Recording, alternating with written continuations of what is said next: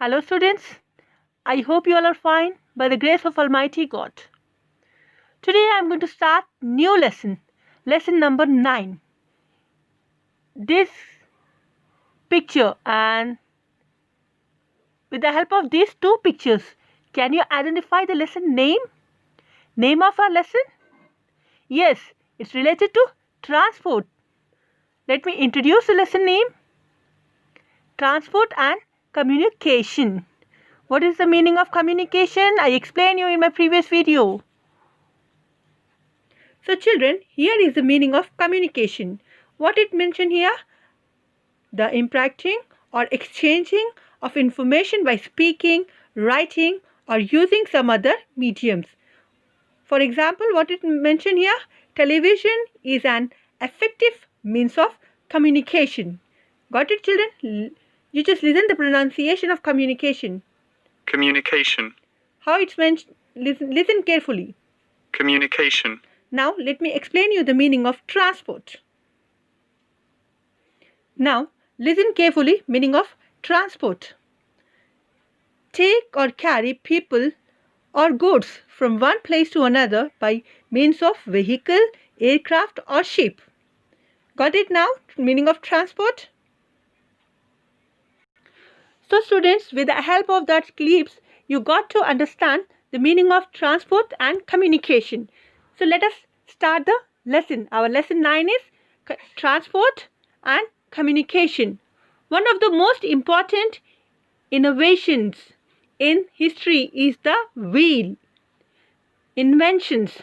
One of the most important inventions in the history is wheels. Let me explain you the meaning of inventions.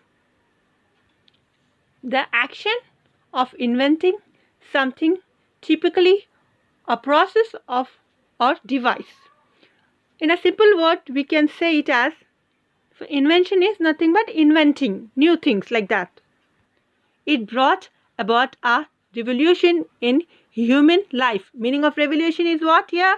Change. In whose life? Human life. Early man had to travel from one place to another on foot, which took a long time. They carried loads on the backs of animals or dragged them on sledge. Today, we can travel long distance in just a few hours. This is mainly possible due to invention of wheels. Got it children?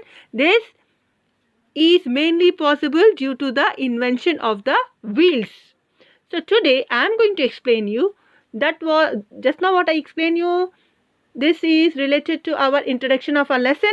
And now, how many types of transports are there? Land transports, water transport and air transport. Students, these are some pictures of olden days. How the people used to transport from one place to another. See, bullock carts. These are the pictures which belongs to